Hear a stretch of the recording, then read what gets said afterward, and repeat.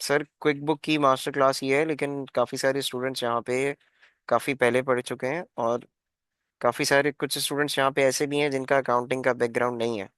तो हम पहले दो क्लासेस थोड़ी बेसिक रखेंगे, बेसिक से स्टेप बाय स्टेप करते हुए हम चले जाएंगे ऊपर। एकदम से मैं आपको सॉफ्टवेयर पे नहीं लेके जा रहा। ठीक है। सबसे पहले हम क्या करते हैं, सबसे पहले हम देखते हैं अकाउंटिंग की डेफिनेशन के बारे में। Accounting is a process of a recording, classifying, summarize, and analysis a business financial transaction to produce information used to take financial decision. Basically, यहाँ पे सबसे पहले हम ये देखते हैं कि हमारे पास अकाउंटिंग होती क्या है। अगर आप में से कोई ऐसा स्टूडेंट है जो कि बेसिक्स जिसको पता है, तो वो नहीं बल्कि रहा है, उसको यूएस टैक्सेशन का नहीं, कंपनी स्ट्रक्चर भी कराना है मुझे अपना, तो क्लास में रहिएगा। थोड़ा सा जरा बोरिंग लग सकता है, बट ये रिपीट भी हो जाएगा। सबसे पहले हम देखते हैं कि अकाउंटिंग किस चीज़ का नाम है। अकाउंटिंग में बेसिकली क्या हो रहा होता है, हम रिकॉर्डिंग्स कर रहे होते हैं, उसकी क्लासिफिकेशंस कर रहे होते हैं, उसकी समरीज बना रहे होते हैं। और किस लिए बनाते हैं? ताकि एक बिजनेस का हमें एनालिसिस मिल सके, हमारे सामने एक चीज़ आ सके जिसकी बेसिस पे हम क्या करें, जिसकी बेसिस पे हम जाके डिसीजन ले सकें। या फिर हम उस चीज़ को ऐसा रिकॉर्ड कर सकें कि अगर हमारा डिसीजन लेना मकसद नहीं है, क्योंकि अकाउंटिंग की सर्विसेज के लिए डिफरेंट डिफरेंट उसकी चीज़ों का, जो भी आपको फाइनल समरी चाहिए होती है, उसके डिफरेंट डिफरेंट एक मकसद होता है। जैसे किसी का मकसद ये होता है कि मैं देख सकूं कि यार मेरे पास प्रॉफिट कितना है, और या फिर मुझे लॉस कितना है। कुछ का मकसद ये होता है कि वो उसको एनालिसिस कर सकें, एनालिसिस करने के बाद उसको फिर देख सकें कि कौन सी उसकी वीकनेसेस हैं, कहाँ पे उनकी स्ट्रेंथ है, तो वो उस हिसाब से एक डेटा ले सके। इसके बाद हमारे पास अकाउंटिंग में सबसे ज्यादा जो चीज आ जाती है, वो आ जाते हैं इसके हेड्स। अकाउंटिंग की जो क्लासिफिकेशन होती है वो 5 हेड्स पे मुश्तमिल होती है। सबसे पहले हमारे पास मेन चीज क्या आ जाती है, सॉरी,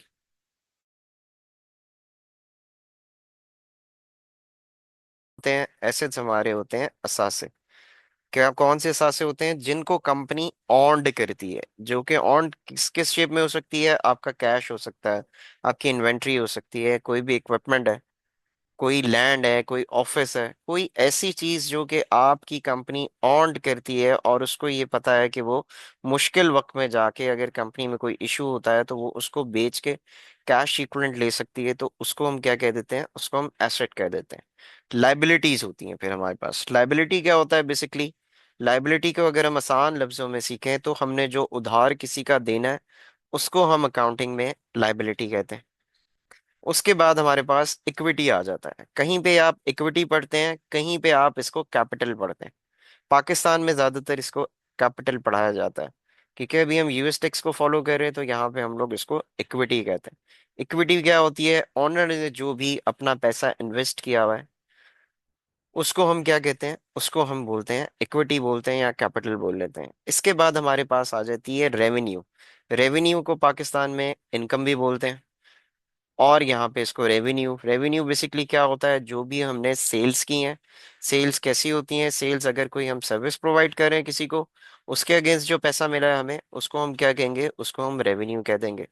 इसी तरह हमारे पास एक्सपेंसेस आ जाते हैं। एक्सपेंसेस क्या होते हैं हमारे? एक्सपेंसेस होते हैं अखराजात हमारे। हम ऑफिस में बैठे हैं, ऑफिस का हम रेंट दे रहे हैं, वो क्या हो जाएगा? हमारा एक्सपेंस हो जाएगा। हमने किसी को अपने पास एज ए एम्प्लॉय पर्सन रखा हुआ है, वो क्या हो जाएगा? उसको हम सैलरी दे रहे हैं, वो हमारी कंपनी का क्या हो जाएगा? वो हमारी कंपनी का एक्सपेंस हो जाएगा। इसी तरह यूटिलिटीज आ जाएंगी। तो अकाउंटिंग में हमारे पास जो हेड होते हैं टोटल, वो मेन हेड जो होते हैं वो 5 होते हैं। हमारी जो भी अकाउंटिंग है वो सारी इसी के इर्द गिर्द घूम रही होती है। ये हेड वाला पार्ट क्लियर हो गया? मुझे प्लीज यस लिख दीजिएगा, मैं ताकि साथ साथ थोड़ा सा जरा मैं आपसे क्रॉस क्वेश्चन भी करता रहता हूँ। मेरा टीचिंग स्टाइल ये है ताकि मुझे पता चले कि सब जाग रहे हैं क्लास में। थोड़ा सा बोरिंग होगा जो पहले से चीजें पढ़ के आ रहे हैं, but obviously I am a teacher, I have to do this. अब इसके बाद हमारे पास अकाउंटिंग की एक इक्वेशन आती है। अकाउंटिंग की इक्वेशन क्या कहती है हमें? ये कहती है asset is equal to liability plus equity. जो भी आपने किसी से उधार लिया हुआ है, और जो भी आपने अपना कैपिटल लगाया हुआ है, वो क्या है? वो हमारा एसेट होता है। अब हम क्या करते हैं, ये हमारी इक्वेशन अकाउंटिंग की इक्वेशन है, जो कि हम में से अगर कोई एमबीए जैसे कोई भी बता रहा था 2000, बल्कि कोई यहाँ पे बता रहा था उसने 2012 में पढ़ा है, गेस कोई लेडी थी। ये इक्वेशन हमने 2012 में जब भी हमने अकाउंटिंग को स्टार्ट किया था उस टाइम पे हमने पढ़ी थी। इसके बाद हमारे पास एक चीज आ जाती है जिसको हम कहते हैं, अब मैं यहाँ पे शफल करता हूँ, double entry system. Double entry system क्यों होता है? डबल एंट्री सिस्टम बेसिकली होता है रिकॉर्ड करने के लिए चीजों को। अब यहाँ पे हम थोड़ा सा देखते हैं कि हमारा डबल एंट्री सिस्टम और हेड्स पे, मैं बेसिकली जो बेसिक्स में स्टूडेंट्स थोड़े से वीक हैं, उसको हेड्स का मैं कल दोबारा से मैं करूंगा, और कल दोबारा से हम हेड्स के बारे में बात करेंगे कि एसिड्स होते हैं तो एसिड्स क्या होते हैं। वो सारी चीजें मैं कल डिटेल में बना के लाऊंगा। कल से मुराद ये कि वेनेसडे जो हमारी क्लास होगी। इसके बाद अभी हमने ये इक्वेशन अपनी पढ़ ली थी, अब हमारे पास अकाउंटिंग जो चलती है, अकाउंटिंग वो कुछ बेसिक्स पे चल रही होती है। अकाउंटिंग के हमारे पास कुछ लॉज हैं। अब यहाँ पे हमारे पास कैसे लॉ पे काम करती है, अभी मैंने आपको एक नाम लिया था जिसको हम कहते हैं डबल एंट्री कॉन्सेप्ट का। डबल एंट्री कॉन्सेप्ट क्या होता है उसको भी हम देखते हैं। सबसे पहले हम लॉ को हम कर लेते हैं। अगर एसिड हमारा इंक्रीज हो रहा है, अगर एसिड हमारा इंक्रीज हो रहा है तो एसिड क्या हो जाता है, एसिड वहां पे हम डेबिट कर देते हैं। अब इसको हम एग्जाम्पल से लेके चलते हैं, मेरे ख्याल में मैंने आगे एग्जाम्पल रखी होगी यहाँ पे।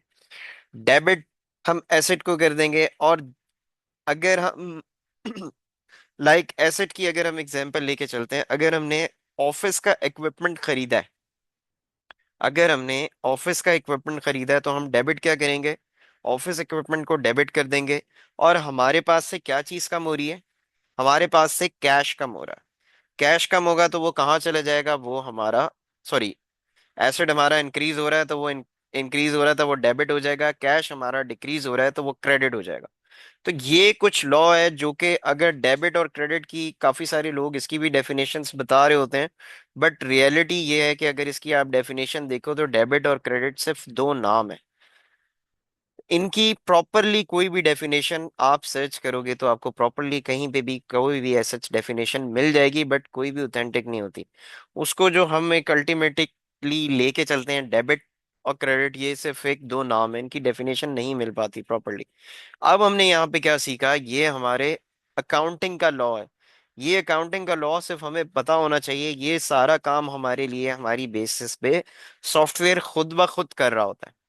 यहाँ पे लॉ क्या है, एसिड अगर हमारा इंक्रीज होगा तो हम उसको डेबिट कर देते हैं, और उसके अगेंस्ट हमें कुछ एंट्री करनी है तो कैश हमारा डिक्रीज हो रहा है या हमारी बैंक हमारा डिक्रीज हो रहा है तो हम उसको क्रेडिट कर देंगे। इसी तरह एक्सपेंस अगर हमारे इंक्रीज हो रहे हैं तो हम एक्सपेंस को डेबिट कर देंगे, और उसके अगेंस्ट जो चीज डिक्रीज हो रही है उसको हम क्रेडिट कर देंगे। इसी तरह लाइबिलिटीज में हमारा ये वाइस वर्सा चल रहा होता है। लाइबिलिटीज में यहाँ पे चीज हमारे पास, अगर लाइबिलिटीज हमारी डिक्रीज हो रही हैं तब हम उसको डेबिट करते हैं, और अगर लाइबिलिटी इंक्रीज हो रही है तब वो क्रेडिट हो जाता है। Same goes for equity. Equity हमारी डिक्रीज हो रही है, कम हो रही है, तब हम क्या करेंगे, डेबिट कर देंगे। और अगर ये इंक्रीज हो रही होगी तब हम क्या करेंगे, इसको, तब हम इसको क्रेडिट कर देंगे। इसी तरह रेवेन्यू में हम चले जाते हैं। रेवेन्यू हमारा क्या हो रहा है, रेवेन्यू हमारा डिक्रीज हो रहा है, हम इसको डेबिट कर देंगे। और रेवेन्यू अगर हमारा इन और उसके अगेंस्ट जो इंक्रीज हो रही है चीज, उसको हम क्रेडिट कर देंगे। अब ये बिल्कुल बेसिक चीजें थी, ये वो चीजें थी जो कि आपने काफी सारे पहले पढ़ ली होंगी। मुझे उम्मीद है कि ये लॉ, ये सारी चीजें आप लोगों को याद होंगी। मुझे इसको बार बार आपको रिपीट करके याद कराने की जरूरत नहीं पड़ेगी। स्टूडेंट्स मुझे प्लीज बताइएगा ये सारी चीजें हमें याद हैं आज भी, क्योंकि हम में से काफी स्टूडेंट्स सॉफ्टवेयर पे जा चुके हैं तो इसमें थोड़ा बहुत गड़बड़ की जा सकती है, भूल गए हो शायद। अब इसके बाद हम क्या कर रहे हैं, अब इसके बाद हम थोड़ी सी जरा एंट्रीज को दे रहे हैं। एंट्रीज पे मैं कल दोबारा से आऊंगा। एंट्रीज को हम आज थोड़ा सा जरा हम देख लेते हैं कि एंट्रीज काम कैसे करती हैं। अब हमने क्या किया, अब हमें यहाँ पे एक हमारी एग्जांपल ये लिखी हुई नजर आ रही है कि हमने एक ऑफिस का इक्विपमेंट खरीदा। ऑफिस का जब हम इक्विपमेंट खरीदेंगे तो हमें पता है हमें कोई भी एक चीज को डेबिट करना होता है, और उसके अगेंस्ट जो चीज होती है उसको हमें क्रेडिट करना होता है।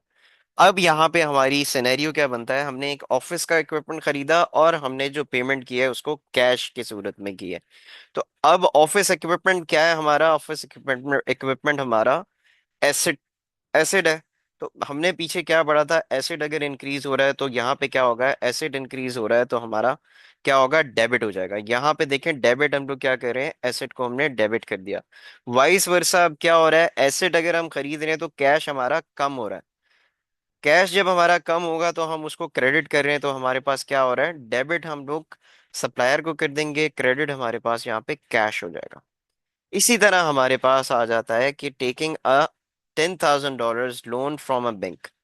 यहाँ पे हम क्या कर रहे हैं, बैंक से हम लोन ले रहे हैं। बैंक से अगर हम लोन ले रहे हैं तो हमारे पास क्या आ रहा है, एसिड हमारा क्या हो रहा है, एसिड हमारा इंक्रीज हो रहा है। हमने क्या पढ़ा था, एसिड जब हमारा इंक्रीज होता है तो एसिड क्या करता है, हमारा इंक्रीज होता है तो डेबिट में चला जाता है। जब हमारे पास कैश कैश आ रहा है, एसिड हमारा इंक्रीज हो रहा है तो वो यहाँ पे हमारे पास डेबिट में चला गया। इसी तरह अब हमारे पास बैंक लोन जो है वो हमारा क्या हो रहा है, हमने यहाँ पे क्या पढ़ा था, लाइबिलिटी है हमारी। लाइबिलिटी इंक्रीज होगी तो वो कहाँ जा रही है, हमारी लाइबिलिटी इंक्रीज होगी तो वो हमारी क्रेडिट में चली जाती है। तो ये हमारे पास डबल एंट्री का कॉन्सेप्ट है। कल हम इस पे थोड़ा सा जरा एसेट्स क्या होते हैं, इन सारी चीजों पे हम दोबारा से और ज्यादा वर्किंग करेंगे। ये सिर्फ और सिर्फ मैंने आज आपके लिए फर्स्ट क्लास में रखा था ताकि आपको थोड़ी सी चीजें समझ आ जाए। इसके बाद अब आप में से जिसने मुझसे यूएस टैक्सेशन नहीं पढ़ा हुआ या जो भी यूएस टैक्सेशन नहीं पढ़ा हुआ, तो यहाँ पे अब आपके लिए थोड़ी सी चीज अब आपके लिए इंटरेस्टिंग हो जाएगी। अब हम यहाँ पे क्या चीज पढ़ने वाले हैं, अब हम यहाँ पे पढ़ने वाले हैं कि हमारे पास यूएसए में कंपनी की टाइप्स कितनी होती हैं। कल को आप अगर अब अकाउंटिंग करने के लिए जाएंगे तो सबसे पहले आपको यूएस की कंपनीज के स्ट्रक्चर के बारे में पता चलना चाहिए कि यूएस में अकाउंटिंग का, या यूएस में सॉरी नॉट अकाउंटिंग का, यूएस में हमारे पास कंपनीज का स्ट्रक्चर कितना होता है, स्ट्रक्चर क्या होता है। यहाँ पे अब हम क्या करते हैं, सबसे पहले स्ट्रक्चर को सीखना शुरू करते हैं। स्ट्रक्चर के लिए सबसे पहले हमारे पास यूएस में जो लीगल एंटिटीज होती हैं, हमारे पास यूएस में तीन किस्म की लीगल एंटिटीज हमारे पास काम कर रही होती हैं। ये बेसिकली हमारे पास तीन किस्म की लीगल एंटिटीज हमारे पास यूएसए में काम कर रही होती है। इसमें सबसे पहले हमारे पास आ जाता है sole proprietor. Sole proprietor basically क्या होता है, अब एक एग्जांपल से हम लेके सीखते हैं इसको। अगर मैं यहाँ पे कोई वेब डेवलपमेंट की सर्विस देता हूँ या फिर मैं सॉफ्टवेयर का एक इंजीनियर हूँ, मैं सॉफ्टवेयर का इंजीनियर हूँ, मेरे पास कुछ लोग आते हैं और वो कहते हैं कि यार आप मेरी भी वेबसाइट बना दिया करें और आप उसके अगेंस्ट हमसे चार्ज कर लिया करें। तो यूएस हमें क्या अलाउ करता है, वहां पे यूएस के लोगों के पास एक चीज आप सुनेंगे, उसको हम कहते हैं एसएसएन। एसएसएन बेसिकली क्या होता है, सोशल सिक्योरिटी नंबर होता है। इसको अगर हम आसान लफ्जों में अभी अगर सीखना चाहें, हम आगे भी जाके मैं ये रिपीट करूंगा और आपको थोड़ा सा पता चलेगा एसएसएन क्या होता है। अगर हम इसको आसान लफ्जों में सीखना चाहें तो ये हमारे पास, जैसे हमारे पास एनआईसी नंबर होता है ना एक, हमारा एक वो आइडेंटिटी का नंबर होता है, इसी तरह हमारे पास यूएसए में क्या होता है, एसएसएन होता है। एसएसएन क्या होता है, एसएसएन एक हमारा शनाख्त का नंबर होता है जो कि हमारा यूनिक नंबर होता है। एक ऐसा नंबर है जैसे हमारा आईडी कार्ड का नंबर है, उसको सिर्फ हम ही ऑन करते हैं, हमारे अलावा पूरे पाकिस्तान में उस नंबर को कोई और ऑन नहीं करता है। Same goes for the SSN. SSN वहां पे आपका एक सोशल सिक्योरिटी नंबर, एक आईडी कार्ड का नंबर होता है। यूएस हमें क्या अलाउ करता है, यूएस हमें अलाउ करता है कि if you have a SSN, तो आप क्या करते हैं, आपको कंपनी कहीं भी जमा कहीं भी आपको कंपनी क्रिएट करने की जरूरत नहीं है। आप अपने एसएसएन का नंबर यूज करेंगे, उसको यूज करते हुए रजिस्टर, विदाउट रजिस्टर आप जाके बैंक अकाउंट खुलवा सकते हैं। ये लीगली रजिस्टर नहीं हुई भी होती। सोल प्रोप्राइटर कोई अगर सर्विसेज प्रोवाइड कर रहा है या कोई भी बिजनेस कर रहा है, ये सिर्फ यूएस रेजिडेंट के लिए होता है। ये यूएस रेजिडेंट जिसके पास एसएसएन है, ये उसके लिए एडवांटेज होता है कि वो सोल प्रोप्राइटर बना के किसी भी टाइम पे अपनी कंपनी को स्टार्ट कर देता है और उसको लीगली कहीं पे भी इसका वर्क करने की जरूरत नहीं है। इसके अगेंस्ट एक चीज आप बहुत ज्यादा सुनेंगे, एलएलसी के नाम। एलएलसी बेसिकली क्या होती है, एलएलसी हमारी होती है लिमिटेड लाइबिलिटी कंपनी। अब एलएलसी और सोल प्रोप्राइटर में क्या फर्क होता है, एलएलसी हमारी रजिस्टर्ड एंटिटी होती है। यूएस में आप लोगों ने एक चीज याद रखनी है कि कंपनी जब भी रजिस्टर होती है, पहले दो फेजेस में कंपनी यूएस में रजिस्टर होती है। पहला फेज क्या होता है, पहला फेज एलएलसी का ये होता है कि वो स्टेट के साथ रजिस्टर होती है। दूसरा फेज उसका क्या होता है, दूसरा फेज ये होता है कि फिर आप उसको फेडरल के साथ रजिस्टर कर देते हैं। यूएसए में हमारे पास दो दो किस्म के हम पे टैक्सेस आ रहे होते, दो किस्म की अथॉरिटीज हमारे साथ वर्क कर रही होती है, एक स्टेट कर रही होती है, दूसरी फेडरल कर रही होती है। इसको अगर हम आसान अल्फाज में सुने, अल्फाज अल्फाज में सीखें, तो हमारे पास क्या होगा? सबसे पहले हमारी कंपनी रजिस्टर कहाँ पे होगी? स्टेट में होती है। उसी कंपनी को फिर हम रजिस्टर कर देते हैं फेडरल के साथ। मुझे ये बताइएगा, ये वाला कॉन्सेप्ट हमारा क्लियर हो गया? State and sir, SSN number company होता है या वेबसाइट? नहीं नहीं, एसएसएन नंबर को अगर हम आसान लफ्जों में सीखें तो एक जो हमारे पास आईडी कार्ड का नंबर होता है, आईडी कार्ड के नंबर को हम एसएसएन बोल देते हैं बस। ये वकास साहब, आपको तो बहुत अच्छे से आना चाहिए समझ। अब यहाँ पे हम क्या करेंगे? लिमिटेड लाइबिलिटी कंपनी और सोल प्रोप्राइटर में अब क्या डिफरेंस होता है? लिमिटेड लाइबिलिटी कंपनी में लिमिटेड लाइबिलिटी से हमें क्या मकसद समझ आ रहा है? लिमिटेड लाइबिलिटी से हमें क्या मुराद समझ आ रही है कि हमारी यहाँ पे लाइबिलिटी जो है वो इधर हमारी लिमिटेड होती है। अब इसको एक एग्जांपल से सीखते हैं हम, सोल प्रोप्राइटर और लिमिटेड लाइबिलिटी में डिफरेंस को। मेरा एक बिजनेस है अमेरिका में, मैंने बैंक से जाके लोन लिया $50,000 का। मैंने वो बिजनेस में इन्वेस्ट किया और वो $50,000 पूरा वाइप आउट हो गया। अब अगर मैंने बिजनेस में सोल प्रोप्राइटर के अंडर कर रहा हूं, तब क्या होगा मेरे साथ? बैंक आएगा, मेरे पर्सनल असासों को सेल करेगा, मेरे घर को सेल करेगा, गाड़ी को सेल करेगा, और अपने जो $50,000 हैं वो रिकवर करेगा। इसके बरक्स लिमिटेड लाइबिलिटी कंपनी में क्या होता है? हमारे पास एक शेल आ जाता है। अब मेरे पास बैंक आएगा, बैंक ज्यादा से ज्यादा क्या कर सकता है? मेरे ऑफिस इक्विपमेंट को सील कर सकता है, उसके अलावा मेरे पर्सनल एसेट्स जो हैं उनको हिट नहीं कर सकता, उनको सेल आउट नहीं कर सकता, उनसे पैसे नहीं निकलवा सकता। अब मुझे बताइएगा, इन दोनों में डिफरेंस हमें समझ आ गया? सोल प्रोप्राइटर और लिमिटेड लाइबिलिटी कंपनी में क्या डिफरेंस होता है, ये समझ आ गया हमें? मुझे बताइएगा। बाकी स्टूडेंट्स भी थोड़ा सा प्लीज जरा एक्टिव हो जाएं। जी सर, जी सर। आ गया है समझ। अब इसके बाद एक हमारे पास कंपनी आ जाती है जिसको हम कहते हैं सी कॉप। सी कॉप बेसिकली क्या होती है? ये भी लीगल एंटिटी होती है। अब ज्यादातर जो हमारे पास बड़ी कंपनीज होती हैं, जैसे आप में से काफी सारे लोग एप्पल का मोबाइल यूज करते होंगे, आईफोन।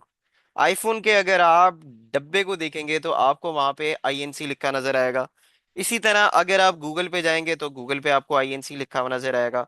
सी कॉर्पोरेशन को पहचानने की हमें सबसे बड़ी क्या पहचान होती है? इसके साथ एलएलसी नहीं लिखा होता, इसके साथ आईएनसी लिखा हुआ आ जाता है। ये इसका डिफरेंस होता है। अब इसके बाद हमारे पास एक और कंपनी आ जाती है जिसको हम एस कॉर्पोरेशन बोलते हैं। बेसिकली यहाँ पे आप लोगों को, क्योंकि ये अकाउंटिंग का हम पढ़ रहे हैं यहाँ पे, तो इससे आप लोगों के एस कॉर्पोरेशन का कोई ताल्लुक नहीं है। एस कॉर्पोरेशन बेसिकली ये टैक्स पर्पस के लिए होता है। लेकिन फिर भी आप लोग, क्योंकि ये अकाउंटिंग की सर्विस जब देने जाएंगे तो आपको यूएस टैक्सेशन का थोड़ा बहुत पता होना चाहिए, क्योंकि वहां पे जब वो पर्सन हायर कर रहा होता है तो वो चीजें आपसे थोड़ी बहुत पूछता है इस बारे में। तब आप क्या बताएंगे? तब आप ये बता सकते हैं कि यूएस में जो मैं सर अभी आप हैंड प्लीज डाउन कर लें, मैं अभी क्वेश्चन आंसर्स लेता हूँ। आपको कोई क्वेश्चन है तो मैसेज कर दे मुझे। यहाँ पे अभी आप क्या बताएंगे? अगर अभी यहाँ पे समझने वाली बात यह है कि हमारे पास यूएसए में चार टाइप की कंपनीज आती हैं, चार में से तीन लीगल स्टेटस होता है, और उसमें से एक जो एस कॉप है वो हमारे पास टैक्स का स्टेटस होता है। अभी हमारे पास अंडरस्टैंड करने की ये चीज है। मुझे अब बताइएगा, इन तीनों टाइप्स में हमें डिफरेंस समझ आ गया? सी कॉप मैडम एक सिर्फ और सिर्फ कंपनी होती है, कंपनी की टाइप होती है ये। इसमें बेसिकली टैक्सेशन में डिफरेंस आता है, तो इस वजह से यहाँ पे लिखा हुआ है। ये मैं नेक्स्ट स्लाइड में अपनी जाऊंगा तो आपको यहाँ पे भी मैं एक्सप्लेन कर देता हूँ। ये वैसे टैक्स का पार्ट होता है, बट मैं यहाँ पे आप लोगों को एक्सप्लेन कर देता हूँ। अब ये देखिएगा, यहाँ पे हमारे पास एक स्लाइड बनी हुई है जिसपे लिखा हुआ है एलएलसी के बारे में। अभी इन सबको नहीं देखिएगा, सिर्फ हम एक एक करके इसको डिस्कस करना शुरू करते हैं। एलएलसी के बारे में हमने सबसे पहले क्या पढ़ा है? एलएलसी हमारी क्या होती है? लीगल एंटिटी होती है। अभी मैंने जो आपको बताया, इसमें आपके एसेट्स जो होते हैं वो प्रोटेक्टेड होते हैं। इसी तरह हमारे पास यहाँ पे आ रहा है, व्हाट अबाउट लिमिटेड लायबिलिटी?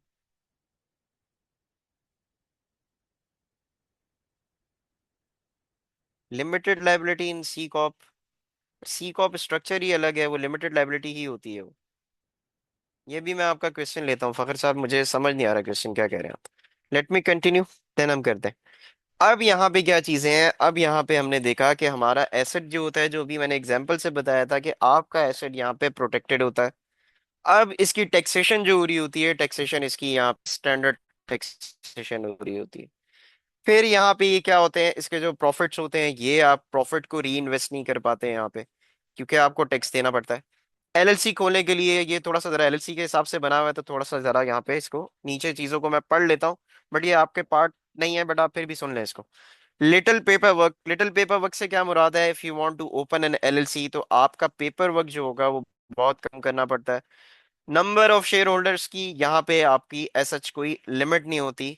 लेकिन इसमें यूजुअली जो मैंने देखा है एलएलसी पे, जो पार्टनरशिप एलएलसी होती हैं, उसमें number of share holder maximum 6 ही नजर आया मुझे अभी तक। 6 से ज्यादा नहीं रखते अक्सर लोग। फिर इसके बाद एक हमारे पास आ जाती है सी कॉप। इसको सी कॉप भी बोला जाता है, सी कॉर्पोरेशन भी बोला जाता है। अक्सर क्लाइंट आएगा, क्लाइंट आपसे जो पहला या दूसरा सवाल करते हो, तो आप क्लाइंट से यही पूछते हो कि आपकी कंपनी का स्ट्रक्चर क्या है। सबसे पहले नाम वाम पूछते हो, उसके बाद आप कंपनी का स्ट्रक्चर बोलते हो। क्लाइंट आपको फौरन ही बोल देता है मेरी एलएलसी है, या फिर आपको वो कहेगा कि मेरी आईएनसी है। आईएनसी का मतलब क्या होगा, आईएनसी अगर उसने बोला तो हमें पता चल जाएगा फौरन कि ये हमारे बैक एंड पे चले जाएगा कि अमेरिका में अगर ये मुझे आईएनसी बोल रहा है तो इसकी सी कॉर्पोरेशन है। सी कॉर्पोरेशन बेसिकली क्या होती है, लीगल स्टेटस होता है इसका भी। एसिड आपके यहाँ भी प्रोटेक्टेड है। टैक्सेशन का इसका थोड़ा सा जरा निज़ाम चेंज होता है। फिर इसका इस पे जरा टैक्सेशन आपकी थोड़ी सी एक स्ट्रेट लाइन मेथड इस पे आ जाता है, तो स्ट्रेट लाइन मेथड से आपकी टैक्सेशन हो रही है यहाँ पे। फिर यहाँ पे लेकिन इस पे एक आपको फायदा क्या होता है, आपके जो प्रॉफिट्स हैं उसको आप क्योंकि डिविडेंड नहीं ले रहे होते तो उसको री इन्वेस्ट कर पाते हो।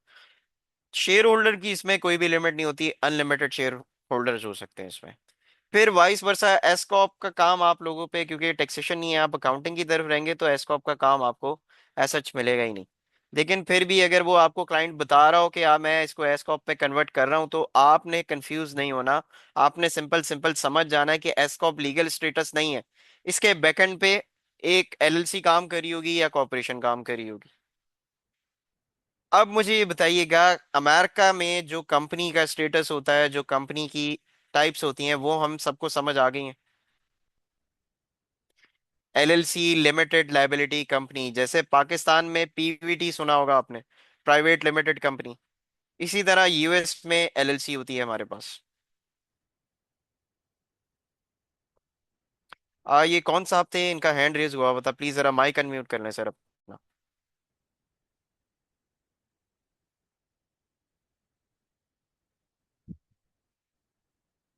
जी सर, मैंने हैंड हैंड रेज किया था। थोड़ी जी कंफ्यूजन हो रही थी। वो इसमें क्लियर हो गई, वो लिमिटेड एलएलसी में और सी कॉप में ना। ठीक है। वो लेकिन इस स्लाइड में क्लियर होगी। Thank you. चलो इस स्लाइड में हमारी कंफ्यूजन क्लियर हो गई। ठीक है। अब मुझे ये बताइएगा, आप में से कितने सारे लोग हैं जिन्होंने क्विक बुक को पहले कभी देखा हुआ नहीं है।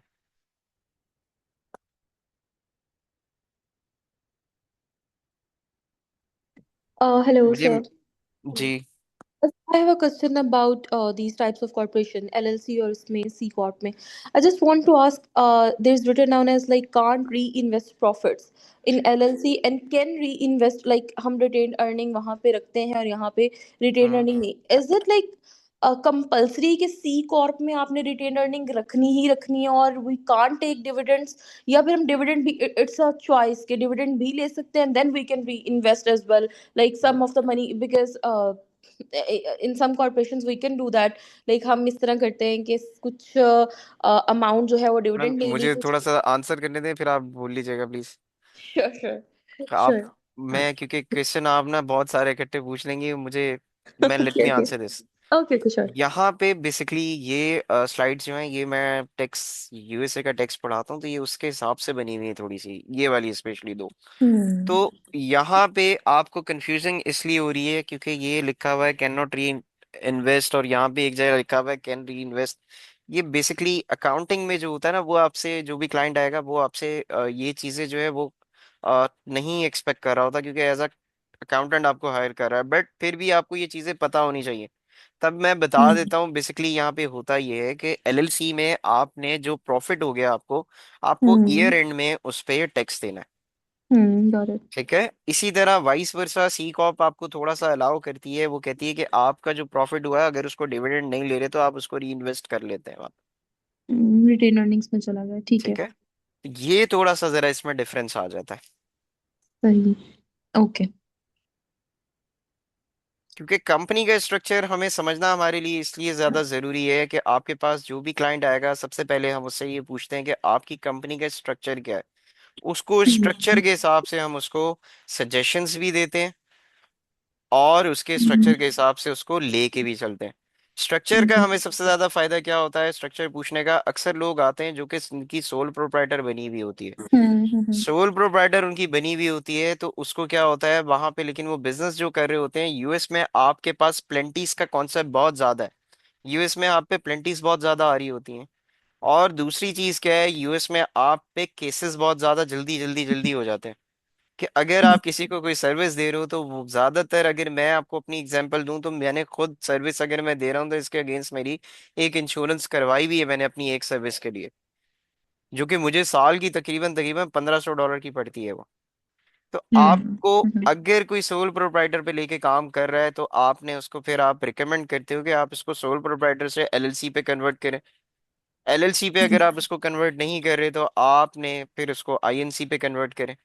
तो ये आपकी सारी सजेशंस होती हैं। उससे एक तो उसको, आपके पास जो पर्सन जिसको आप सर्विस दे रहे हो उसको ये लगता है कि बंदा हमारा प्रोफेशनल है। दूसरा आपको फायदा ये होता है कि आपकी एक अपसेल हो जाती है। एलएलसी आप फिर उसको खुद से बना के सेल आउट भी कर सकते हैं।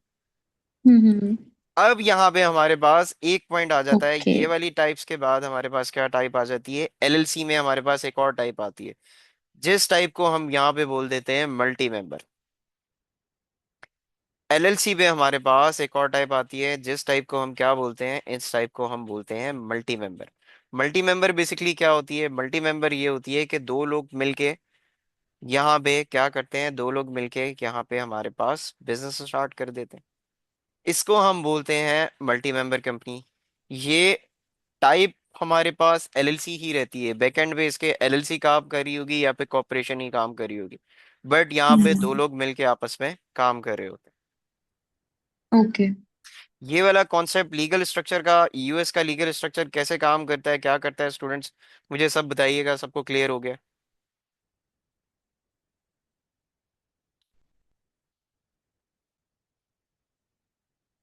जो लोग पहली पहली बार क्लास ले रहे हैं मुझे बताएं, लीगल स्ट्रक्चर वाला कॉन्सेप्ट हमारा क्लियर हो गया? अब इसके बाद हमारे पास एक चीज आ जाती है जिसको हम, जैसे पाकिस्तान में एफबीआर काम करता है इसी तरह यूएसए में एक अथॉरिटी काम कर रही होती है जिसको हम बोलते हैं आईआरएस। मुझे एक मिनट दीजिएगा प्लीज, मैं यहाँ से, मेरे ख्याल में यहाँ से मैं आप लोगों को थोड़ा सा ये वाला भी कॉन्सेप्ट दे देता हूँ, इसके बाद आपकी चीजें, ताकि आपको बिल्डअप होना शुरू हो जाए। टैक्स का जो मैंने अभी आपको बताया था, टैक्स का मैंने अभी आपको क्या बताया था, टैक्स के बारे में मैंने आपको बताया था यूएसए में दो तरह के टैक्स काम कर रहे होते हैं। एक फेडरल टैक्स काम करता है, एक हमारे पास स्टेट टैक्स काम करता है। फेडरल टैक्स कौन लेता है, फेडरल टैक्स जो हमारी वहाँ की फेडरल गवर्नमेंट होती है वो फेडरल टैक्स ले रही होती है। मल्टी मेंबर और पार्टनरशिप एक ही होता है, वो उसको मल्टी मेंबर बोलते हैं वहाँ पे। फेडरल टैक्स कलेक्ट करी थी, वाइस वर्सा हमारे पास क्या चल रहा होता है, स्टेट टैक्स आ गया। स्टेट टैक्स कौन कलेक्ट कर रहा होता है, स्टेट टैक्स वहाँ की स्टेट की गवर्नमेंट कर रही होती है। फिर इसके बाद हमारे पास यहाँ पे जो है, हमारे पास ये वही चीजें लिखी हुई हैं जो कि मैंने आपको पीछे मैं बता चुका हूँ। अब यहाँ पे हम थोड़ा सा जरा फॉर्म्स को भी देख लेते हैं। ये नाम आप फॉर्म के देखेंगे क्योंकि क्लाइंट जब अकाउंटेंट हायर कर रहा होता है तो वो आपसे एक्सपेक्ट कर रहा होता है कि आपको थोड़ी बहुत ये चीजों के बारे में भी पता होना चाहिए। सिंगल एलएलसी के लिए हमारा जो फॉर्म लग रहा होता है उस फॉर्म का नाम होता है, स्टूडेंट्स ये जरा अपने पास आप नोट डाउन कर लें। जो स्टूडेंट सिर्फ और सिर्फ अकाउंटिंग के लिए आए हुए हैं थोड़ा सा जरा ये अपने पास नोट डाउन कर लें, ये इंपॉर्टेंट चीज है आपकी। सिंगल एलएलसी के लिए हमारा जो फॉर्म लग रहा होता है उस फॉर्म को हम कहते हैं 1040 का फॉर्म। 1040 लिख लें उसके साथ। पार्टनरशिप के लिए हमारे साथ जो फॉर्म आ रहा होता है उसको हम 1065 बोलते हैं। सी कॉर्पोरेशन में हमारे पास जो फॉर्म आ रहा होता है उसको हम फॉर्म को 1120 बोलते हैं। ये तीन फॉर्म्स का आपका काम होगा, चौथे फॉर्म का आपका काम नहीं होगा। ये चौथा फॉर्म यहाँ पे लिखा है, उसको अगर आप नोट करना चाहें तो कर लें। But as a accountant in तीन फॉर्म्स के बारे में आपका पता होना जरूरी है। नोट डाउन कर लिया सबने अपने पास? मुझे बताइएगा, न्यू स्टूडेंट्स जो हैं वो मुझे बता दें सब नोट डाउन कर चुके हैं ये।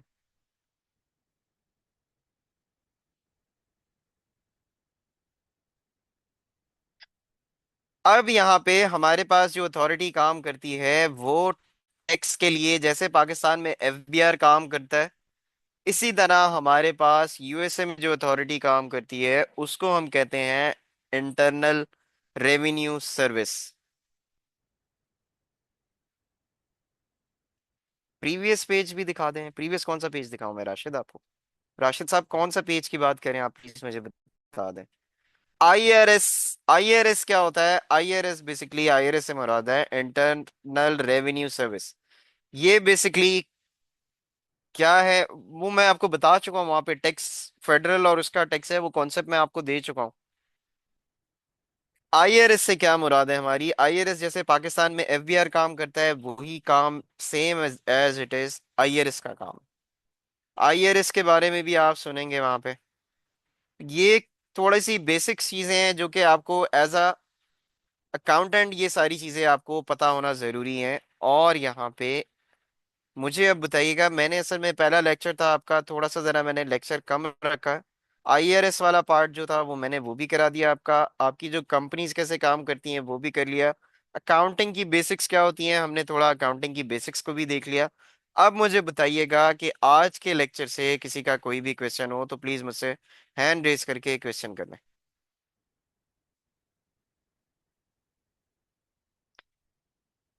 स्टूडेंट्स, आज के लेक्चर से किसी का कोई भी क्वेश्चन है तो प्लीज मुझे हैंड रेज करें और आप मुझसे क्वेश्चन कर सकते हैं।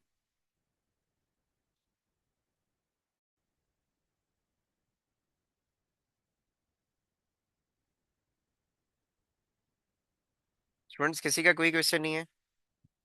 सारी चीजें हमारी जो बेसिक्स थी, थोड़ी सी हमने अकाउंटिंग की बेसिक्स की।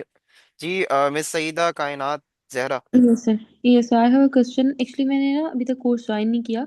आप समझ लें कि मेरी डेमो ठीक क्लास है। थी। तो मुझे थोड़ा सा पूछना था इस कोर्स के related, because I don't have any idea about the background of the course. कि हम अकाउंटिंग में क्या चीज़ें मैंने अभी बीच में क्लास ज्वाइन की थी। बेसिकली कोर्स मैं आउटलाइन ले लीजिएगा आप। आपका बैकग्राउंड क्या है? अकाउंटिंग का बैकग्राउंड है क्या है? या अकाउंटिंग बैकग्राउंड है और मैं मैडम आप ना कैनेडियन एक फर्म से हूँ। इनसे डेमो सेशन ले लीजिएगा। पूरा एक डेमो सेशन हुआ था हमारा, वहां पे जी मैंने जी। सारी चीजें बताई थी कैसे करना है क्या करना है। हम क्विक बुक्स पे हम्म जाएंगे। बेसिकली इस कोर्स में हम जो अकाउंटेंट बन रहे हैं यूएस बेस्ड अकाउंटेंट बन रहे हैं। हम्म ठीक है, हम्म तो हम हम्म, क्विक बुक भी प्रैक्टिस करेंगे और प्लस हमें टैक्स का थोड़ा थोड़ा पार्ट हमें पता होना चाहिए एज अ अकाउंटेंट। तो हम थोड़ा थोड़ा उस पार्ट को क्लियर करेंगे और उस पार्ट को देखेंगे कि वो क्या होता है। कौन सा क्विक बुक्स यूज करें, क्यूबीडी और क्यूबीओ यूज करें या दोनों यूज करेंगे? क्यूबीडी और क्यूबीओ डेस्कटॉप ऑनलाइन करेंगे हम। ऑनलाइन करेंगे, ओके। ऑनलाइन करेंगे बट मैं सोच रहा हूँ उसको डेस्कटॉप भी ऐड कर लूँ, बट यूएस में डेस्कटॉप बहुत कम यूज हो रहा होता ओके ओके। है। आई एम नॉट श्योर कि डेस्कटॉप की एक्सेस मैं दे दूंगा आप लोगों को, बट लेकिन हम लोग जो करेंगे वो ज्यादातर हम ऑनलाइन ही करेंगे। ठीक सर है, ओके। यूएस में ठीक है। ऑनलाइन ही चलता है ज्यादा। जी जी, यूएस में ऑनलाइन ही चलता है सर। इसीलिए नहीं, डेस्कटॉप भी चलता है, कम चलता है, हम्म डेस्कटॉप भी चलता है सर, ऐसा नहीं है नहीं चलता। क्योंकि कुछ नहीं वो बिजनेसेस होते हैं। अभी क्योंकि सॉरी। बिल्कुल इसी तरह, क्योंकि अभी मैं कर रहा हूँ ना काम, तो हमारे जी मोस्टली सर, क्लाइंट जो है वो ऑनलाइन ही यूज कर रहे हैं। ऑनलाइन ही है, ऑनलाइन ही होगा। हाँ जी। ठीक। किसी और का भी हैंड रेज हुआ बताया, मैं नाम पढ़ना भूल गया था, कौन सा आप थे वो? सर इधर किसी और का भी हैंड रेज था, मुझे प्लीज बता दें कौन सा आप थे।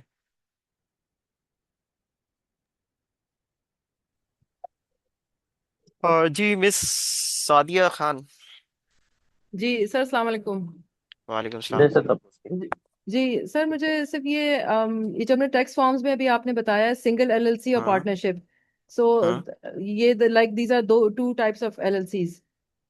मैडम, ये एलएलसी मतलब सिंग एलएलसी की टाइप देखें, लीगल स्ट्रक्चर एक ही है बट जी जी। उसका टैक्स स्ट्रक्चर अलग है। टैक्स स्ट्रक्चर के लिए उसके टैक्स फॉर्म्स हैं डिफरेंट। ओके, लीगल स्ट्रक्चर उसका एक ही है। ठीक है। सिंगल एलएलसी में लाइक एक ही डायरेक्टर होता है या नहीं इज नहीं नहीं देयर इज नहीं, ओनली वन? देखें एलएलसी, एलएलसी में single, if if this is a single member, उसको प्रोफेशनली सिंगल मेंबर बोलते हैं वहां पे, ठीक है। ओके। सिंगल मेंबर एलएलसी है तो वो एक ही उसका डायरेक्टर है, एक ही ओनर है। If this is a okay. Multi member LLC, तो मल्टी मेंबर में हम जी। उनसे पूछते हैं कि ओनर्स कितने हैं। अगर वो बता जी। देते हैं कि वी आर द 3 पार्टनर्स और वी आर द 4 पार्टनर्स, तो उसको हम, बल्कि वी आर द 2 पार्टनर्स की एग्जांपल लें, if if they have a two hmm. और मोर पार्टनर, तो हम उसको मल्टी मेंबर एलएलसी बोलेंगे। ये प्रोफेशनली वहां पे मल्टी मेंबर बोला जाता है। ये थोड़ी सी ओके। टर्मिनोलॉजीज हैं, ये आप लोगों को याद रखनी पड़ेंगी, क्योंकि वो इसको जी। फिर बड़ा काउंट करते हैं वो। जी। जी बिल्कुल। ठीक है। प्रोफेशनल लैंग्वेज होनी चाहिए बिल्कुल प्रोफेशनल लैंग्वेज, और वो कम्युनिकेशन टेक्स्ट की में। जी। प्रोफेशनल लैंग्वेज इसीलिए मैं यूज कर रहा हूँ, ये आप लोगों को पता होगा। तो आप लोग बात करने में, क्लाइंट को ग्रैब करने में, या जॉब कहीं पे लेने जा रहे हैं, तो ये आपको बहुत ज्यादा फेवर देके जी जाएगी काउंट चीज। करती है ठीक है। बिल्कुल। जी आबिद साहब, आई आई गेस कौन कौन साहब थे यार, हैंड रेस करते हैं और वो गायब हो जाते हैं। बुक की जरूरत नहीं है, सारा प्रैक्टिकल हम करेंगे। बुक की कोई जरूरत नहीं है किसी की। मैं सारे सिनेरियोज बनाया करूंगा, सिनेरियोज आपको दिया करूंगा, सिनेरियोज की प्रैक्टिस करेंगे। टेक्स्ट के लिए बुक चाहिए तो टेक्स्ट की बुक मैं कर देते हैं अरेंज। जी साहब।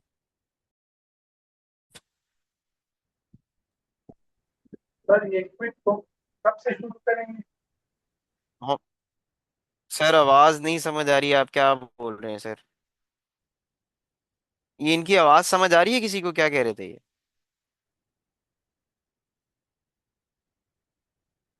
नहीं सर। सर मैंने कहा कि ये क्विक बुक कब से इसकी प्रैक्टिस शुरू करेंगे? रेगुलर क्लासेस जब शुरू हो जाए तब करेंगे? सर सर कल कल परसों नेक्स्ट क्लास जो है उसमें थोड़ा सा हम और चीज़ों को थ्योरी पढ़ेंगे। उसके बाद हम क्विक बुक सॉफ्टवेयर पे मैं आपको ले जाऊंगा, क्योंकि थ्योरी पढ़ाना थोड़ा सा ज़रा ज़रूरी है, ताकि स्ट्रक्चर का पता चले, सारी चीज़ें स्टेप बाय स्टेप चलेंगे। उसके बाद सारी हमारी क्विक बुक पे प्रैक्टिकल क्लासेस ही हैं। Okay sir, thank you. ठीक है सर। जी स्टूडेंट, किसी और का कोई क्वेश्चन है तो प्लीज़ बता दें। आज की क्लास थोड़ी सी शॉर्ट रखी थी मैंने, फर्स्ट क्लास थी, मुझे लगा था ज़रा इंटरेक्शन करेंगे आप लोग। आपकी तरफ से क्वेश्चंस नहीं आ रहे, मुझे ज़रा बता दें किसी का कोई क्वेश्चन है।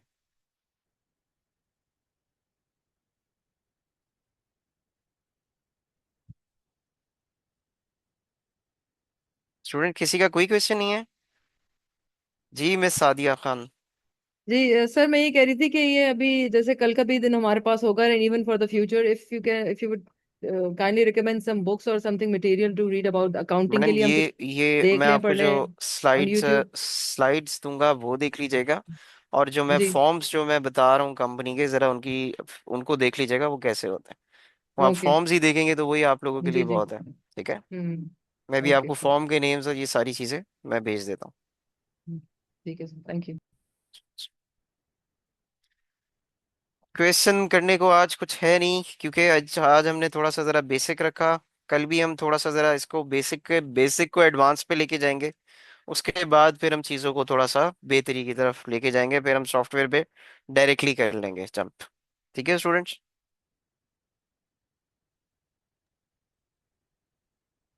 तब तक के लिए फिर स्टूडेंट्स आप लोग सब अपना ख्याल रखिएगा।